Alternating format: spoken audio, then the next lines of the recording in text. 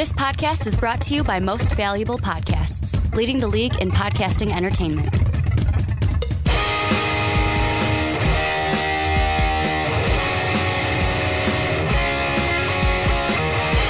What's up, real MVPs, Ricky Widmer here, along with the Mark Weber. What's up, Emmys? And we are back for another edition of the Onside Kick right here on Most Valuable Podcast, where we talk about all the best that's going on in the NFL. And Mark, today is a special day. It should have been last week, but we postponed it a week, and we are finally here.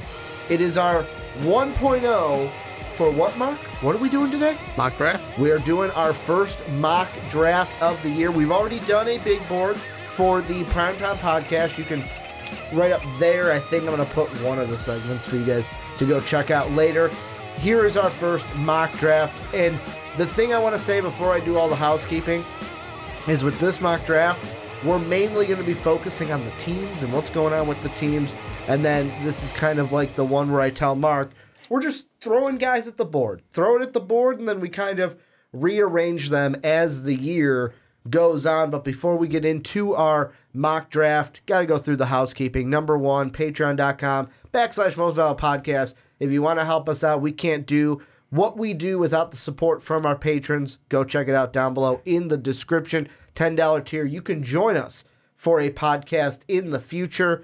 Every month that you're in that $10 tier, you can also support us by getting yourself an MVP t-shirt, also down below in the description, or at mostvaluablepodcast.com, where you can catch MVP each and every day. And then last but not least, please go over to Apple Podcasts and iTunes, rate the Onside Kick, let us know why you like listening to the podcast each and every week. But Mark, how we're going to do this is if you're on any of the podcast services, it's just straight through 1 through 30, we kind of break it up into 3 segments. And at the end of this, because we're in football season, we're going to make our picks at the very end. But if you're on YouTube, we break it up into 3 videos. And we're going to do 1 through 10 first. But before we get into what we're going to talk about in this first 10, we got to give people the picks. And I'm going to start with you. Take us through your picks 1 through 10. And you're going to be the revealer also, because you're revealing our first order for the mock draft. Yeah, I mean, it shouldn't surprise people what the order is. I mean, you should know who's good and who's bad. But we're going to start with the Raiders, and that's going to be Nick Bosa, the defensive end out of Ohio State. Not a surprise. The 49ers are going to go with Jonah Williams, the offensive tackle out of Alabama. For the Giants, the New York Football Giants, that is, they're going to go with Justin Herbert, the quarterback out of Oregon. Now, for the Cardinals, I got Ed Oliver, defensive tackle of Houston. The Jets, Kelvin Harmon, wide receiver, North Carolina State. Bills, this is when we start to get into some names that I'm probably going to pronounce them wrong, but you're not in the NFL, kid, so it doesn't matter. Quinnen Williams, defensive lineman out of Alabama. The Lions are going to go with I'm thinking it's Arcega Whiteside, the wide receiver out of Stanford. Then this is one of my favorite names here. This is the Broncos at number 8 with Greedy Williams, the cornerback out of LSU. Finally, rounding out the top 10, we got Drew Lock, the quarterback out of Missouri, going to the Jacksonville Jaguars. And then the Buccaneers saying, we can do that too. Daniel Jones, quarterback out of Duke. Of all places, Duke. And we're going to get it. I'm going to be honest. The quarterbacks, we're going to push that all the way to the end of the podcast and kind of hit the quarterbacks at the very end, just kind of general of what this class will be. But my top 10, before we get into everything, Raiders at the top going Nick Bosa, just like you. You know, John Gruden said that they needed a pass rush. Well, you trade away Khalil Mack, you get Nick Bosa with the number 1 pick. Then I got the 49ers going Ed Oliver, the defensive tackle out of Houston. Then the Giants, just like you, they're going to go quarterback. They're getting Justin Herbert, the QB from Oregon. Cardinals, their offensive line ain't that good. They're going to go and take Jonah Williams, the offensive tackle from Alabama. Then the Jets, will Bulls be there? Who knows? But they're going to go get themselves a corner in Greedy Williams out of LSU. Then the Bills going to take Rashawn Gray, defensive lineman out of Michigan. Lions going Clelin Ferrell, the defensive end from the Clemson Tigers. Then his Clemson brother is going to go to the Broncos. Dexter Lawrence, the defensive tackle, goes to the Mile High City. Then Jacksonville, they're going to take a defensive end as well, go Montez Sweat from Mississippi State. And then the Bucs are going to round the top 10 out, taking Devin White, the linebacker, out of LSU. And the first thing, the three teams we're going to hit in this top 10 all have to do with they could be looking for a new quarterback at the end of the season. And the first one we're going to hit is the New York Giants. Right now, the third best team. They were originally the number one pick in the draft, but because they beat the 49ers, the Raiders are now the number one pick. Giants fall to the third overall pick.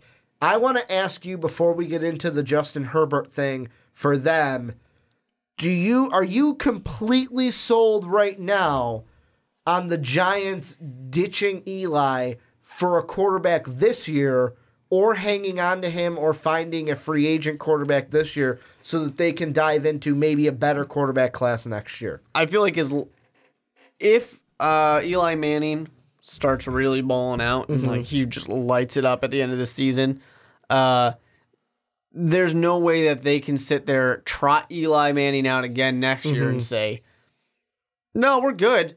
We're good. And Eli Manning is not the number one issue with the New York Football Giants. But the thing for the Giants is simply this. They have a bad quarterback now. And I'm not saying he's bad. He's a two-time Super Bowl winning quarterback. He is a talented quarterback, and he was a talented quarterback in his day. But his day has ended, and he's not who Eli Manning used to be. And that's okay. We're a little spoiled with Peyton Manning. We're a little spoiled with Tom Brady.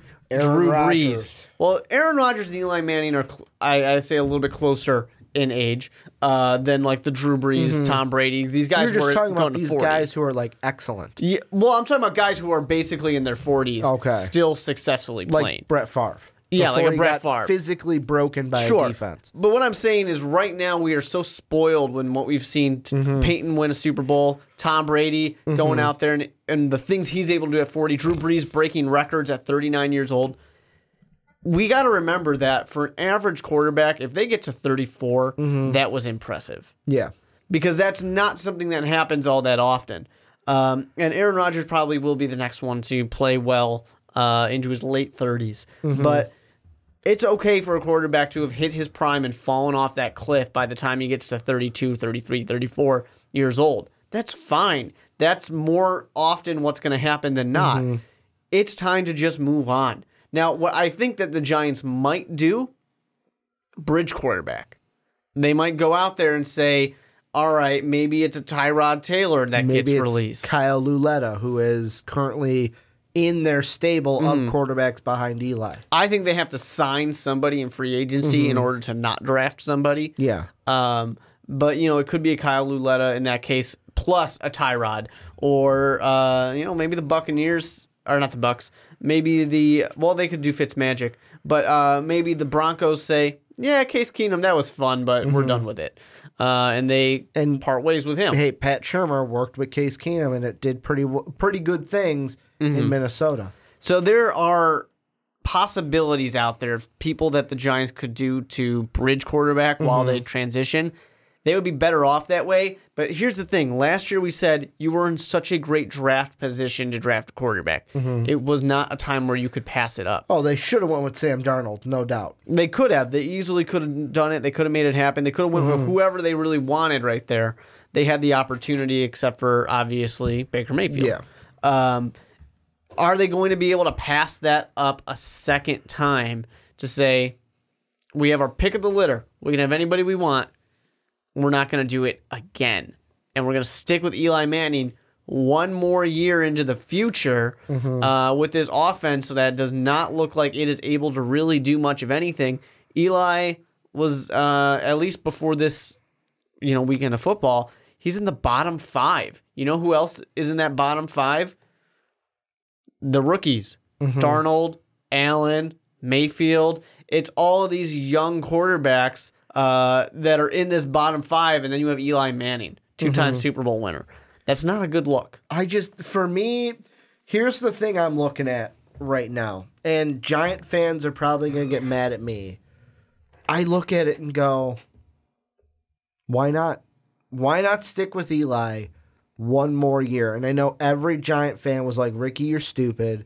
Turn off the video right there. But the thing I look at is we live, and I'm not going to throw out the T word of tank, which NBA, NFL, we're kind of living in a tank world. 76ers, TTP. It was a fancy way for saying, hey, we're going to tank and be really bad and then be really good. To now where NBA teams are always talking about tanking for the best player. Hell, the Raiders are doing it right now. John Gruden has come in and said, hey, I'm going to trade Khalil Mack away. I'm trading Amari Cooper away. I have 3 first-round picks. 3 of them. That's me and Madden. I'm banking on those first-round picks, and that is what I am going to do this year. I don't care how bad we are. I don't care if we're the first overall pick this year. If you're the Giants, you got to look at it. Look at the division that you are in. And I know that a part of everyone is going to say, well, Ricky, exactly. Like, they got to stay competitive. Look at the Cowboys. Look at the Eagles. Look at the Redskins. And I look at it and I go, yeah, it's a tough division, but think about it. The Eagles are only going to get older. The Cowboys, we kind of already see them, kind of the ribbon is starting to unravel. Where is Jerry Jones going to move on from Jason Garrett? Dak Prescott, is he the guy that is going to be the main quarterback for them? Can he lead them to the promised land? The Redskins, they're always the team where it's like, now that they got Alex Smith, they kind of look like a better team than before, but is that just a fluke this year? Adrian Peterson is just because he's playing really good this year and is just having a on year compared to the off years that he's had in recent ones. And I kind of look at the Giants and I go, it would not be a bad idea to keep Eli around for the last year of his contract. After next year, he is done. Sayonara, walking off into the sunset. We have no plans to re-sign you. Because I look at it and I go, even if you suck next year and you're the first overall pick in 2020, guess what quarterback you could possibly get? This little Alabama quarterback called Tua Tagovailoa, who is not, to my knowledge, has not thrown an interception yet this season. Now, I know this season will happen, next year will happen. But from what I've seen from Tua, he looks like the next best thing. And I kind of, for me, yes, Justin Herbert, I have liked what I've seen. From the tape, I've already compared it to where he's got he's like the body of, he's got the height and kind of the weight of Cam Newton. And is kind of that same play style without the athleticism of Cam Newton. He's the guy that's going to throw it. He can run it. He can scramble to get some extra time or some extra yards, depending on what he does with it. But I'm just not sold completely on what he can be at the next level. And I can be wrong, but if there's any quarterback in this draft class that is worth taking, it's Justin Herbert, if that makes any sense. Yeah, it's just the hard thing for the Giants of if you go this year and maybe you manage to win one more game. Maybe not. Maybe you're going to be 2-14, but maybe you manage to be 3-13. How can you sell to your fans that you're going to trot Eli Manning out there again and hope that it gets better? After years now of this decline, and Eli is not that far removed from when he was still good, but we're going to be on about year 3 now of Eli going down the gutter here, and you're going to trot him out there again and say, don't worry, guys, we're trying to win. And we're still trying to win. And that's the thing. I mean, look at, in yours he went a pick before, but mine he goes a pick later. Part of me is looking at the mock draft going, would it be better to take, of course people are going to say take your quarterback. Like last year they didn't take Sam Darnold and it bit him in the butt, but I don't think Justin Herbert is anywhere near the kind of hype level that we were about Sam Darnold. Like Sam Darnold was the quarterback we were hyping from last year's draft class before Baker Mayfield ever came on to the scene last year and led his team to the college football playoff. But part of me looks at the Giants and go, hey, we bitch about that offensive line. Why don't they go and take a guy like Jonah Williams, like a Greg Little, shore up that offensive line? And then if Eli doesn't work that last year, go to the quarterback in 2020 in a stronger class, because I know I said we're gonna get to the quarterbacks later, but like I look at this draft class of quarterbacks, and I kind of say to myself, wow, it's kind of like the E.J. Manuel draft where everyone thought, oh, there's this one quarterback at the time, and then all the other quarterbacks are not really that good. in the first round, and it brings up the next two teams. I will say one thing before we move to the ahead. next one, too. Eli potentially, as he'll be 38 by the time this season ends, he potentially could force the hands of the Giants. He might just retire. True. He might just say enough's enough. What percentage would you put on that? Because I'm going to put like 1%. I don't think he does. I think he might, depending on how this end of this season goes, because things have been looking bad for Eli, and it might be a, hey, Eli, you might want to think about retiring. He just doesn't want to end up on his back. Yeah. Does he want to be like his brother who got destroyed at the end of his career? The thing that, the Giants is, at least they've got a guy where we think Justin Herbert's going to be the safe pick from this draft class, but it's like, you have, in your mock draft, this first one, teams like the Jags and the Bucs, who are 9 and 10 right now, also going with quarterbacks. And these are ones where the Buccaneers, I'll let you pick which one we dive into next. You've got the Jaguars, who it's, hey, Blake Bortles doesn't look like the Blake Bortles of last year. Maybe last year was the fluke, and this is the real Blake Bortles. And then you got Jameis Winston, where people are going, hey, he's not going to get it. He's not the guy. He's going to keep making these mistakes that rookies make. Maybe it's time for them to move on as well. Which one do you want to dive into next? I'm just going to start in order. We'll start with the Jaguars. Okay. The Jaguars, to me, are this team that had so much hype for 1 year, and they got so cocky, and they knew that they were winning the Super Bowl. They were about ready to make the Super Bowl Shuffle 2.0. And all of a sudden... Could it just be the kiss of death? Could it just be that? It could be, or the team is just imploding. True. Because this is a team that is imploding in spectacular fashion. To where apparently there are borderline fights in the locker room. This team has fallen apart. Jalen Ramsey's calling out fans at this point. And even saying that you're going to miss me when I'm gone. Ooh. So, there are people who apparently want to jump ship on the Jaguars. If I'm sitting there, if I'm Tom Coughlin, who's in charge of personnel, I'm sitting there going, we need to do something now because this team is about to fall apart. I am guaranteed that I'm going to lose this team. Tom Coughlin lost the Giants. That's one of the big reasons why he was kind of pushed out the door. He was losing that team as well. Then Bad McAdoo steps up and lets everybody do whatever the hell they want. But the Jaguars are losing what they had. They still have so many great pieces to their puzzle. A quarterback, honestly, that if it's somebody they can rally behind, that's going to make the difference. There's no doubt in my mind that Blake Bortles is being sent packing at the end of this season, and there's a new quarterback next year for the Jaguars. Is it through the draft? I'm not 100% sure, but sitting here right now, knowing that they haven't currently signed a free agent quarterback, I have to sit there and say the Jaguars cannot pass up an opportunity to get somebody else to play. Because if they're going to pass on Blake Bortles, which they absolutely should and must do, who are those other options for them? Are you going to wait till the second, third, fourth round to draft a quarterback? You're not going to instill confidence in anybody doing it that way. You kind of have to. You kind of almost have your hand forced that you've got to do something because you are passing up on a chance to go to a Super Bowl because you are not willing to make a change, an obvious change that needed to happen at quarterback, and they weren't willing to do it. So they pass up. They just had a team that was a play away from being able to go to the Super Bowl, and now look at you, ninth overall. The thing that you just said, you said when it came to the quarterback, a guy that this team can rally around. To me, in free agency this upcoming year, there are two guys that fit that mold.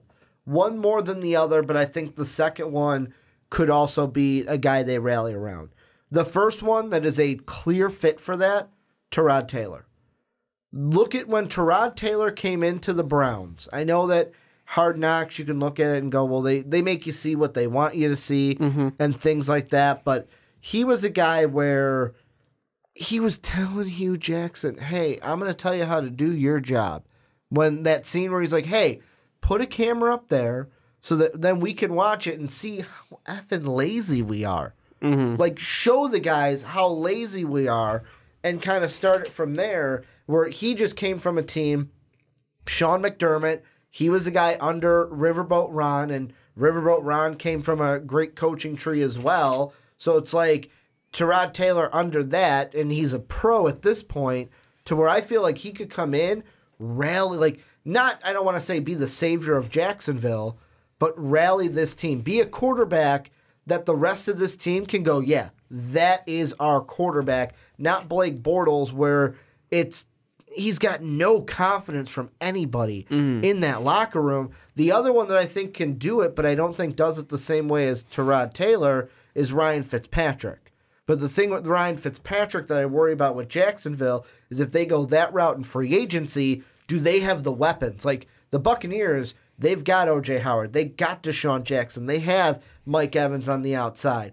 For the Jaguars, yeah, they've got the run game. If Leonard Fournette was healthy, this season could be a little different. But do they have the weapons on the outside? I know Marquise Lee is hurt, but do they have those weapons to help a Ryan Fitzpatrick, who it looks like right now is more of a vertical quarterback, if anything? To me, neither one of those are really there are options you could go with, but they're not options that you're going to succeed with. Yeah, and the reasons for me is Tyrod Taylor, nobody was rallying to him for Buffalo. Nobody rallied to him for the Browns. They rallied to Baker Mayfield, the young rookie. Let's be honest. The Bills made the stupidest decision of, hey, let's bench him for 5-pick Peterman, who's not even on the team anymore. Exactly, but I mean, you're looking for a guy who's going to instill confidence and have your team support him, and you're going to get the guy who got benched for Nathan Peterman? That wasn't a his. I don't think that was his fault thing. That was an organizational thing. I agree, but you need an organization to rally behind this guy, and he's twice now had nobody rally behind him. The other one, the Browns are just the Browns. I hate to say it, the Browns are just the Browns, though. Sure, but nobody would have been surprised if. Well, I mean, I said there was no way it was going to happen, but everybody would have accepted if Baker Mayfield sat the entire year behind Tyrod Taylor. But we knew it wasn't going to happen. Because nobody's rallying behind him. Well, not just that. You don't take a quarterback number one and then sit him the whole year. I agree, but you want a guy who's going to get rallied behind and things like that. Yeah. Not saying it's impossible. It doesn't instill confidence for me. Fitzpatrick, the issue is Fitzpatrick here, you bring it up with the personnel. He's such an inconsistent quarterback that I don't necessarily know. And the Jaguars might not even have a chance to get him because maybe the Bucs are going to keep him around. Well, and we'll end things with this first segment on the Bucs. It's kind of shocking to me that you have them taking a quarterback. And to be honest, Daniel Jones isn't a guy that leaps off the page on many mock drafts right now. But you got the Bucs going with a quarterback. Yeah.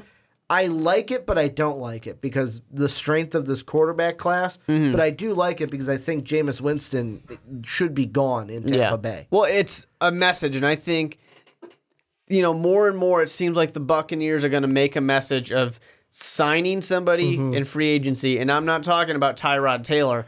I'm saying going and signing somebody who's actually going to be you're sitting on the bench now, kid. Well, I'll list this off just for everyone who doesn't know. Here are the projected, I'll do the top 10 free agents. Tyrod Taylor, Josh McCown. I'm skipping over Teddy Bridgewater because I think he's going to re-sign with the Saints.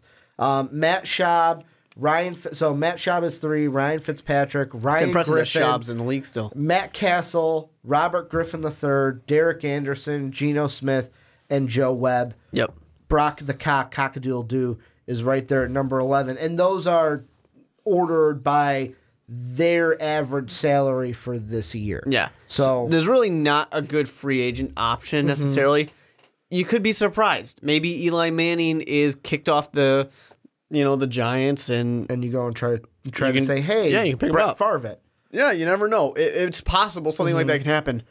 I think the Buccaneers are a team that, after everything that's happened this year, you cannot sit there and say, hey, we didn't give the job back to Jameis when he came back from his suspension.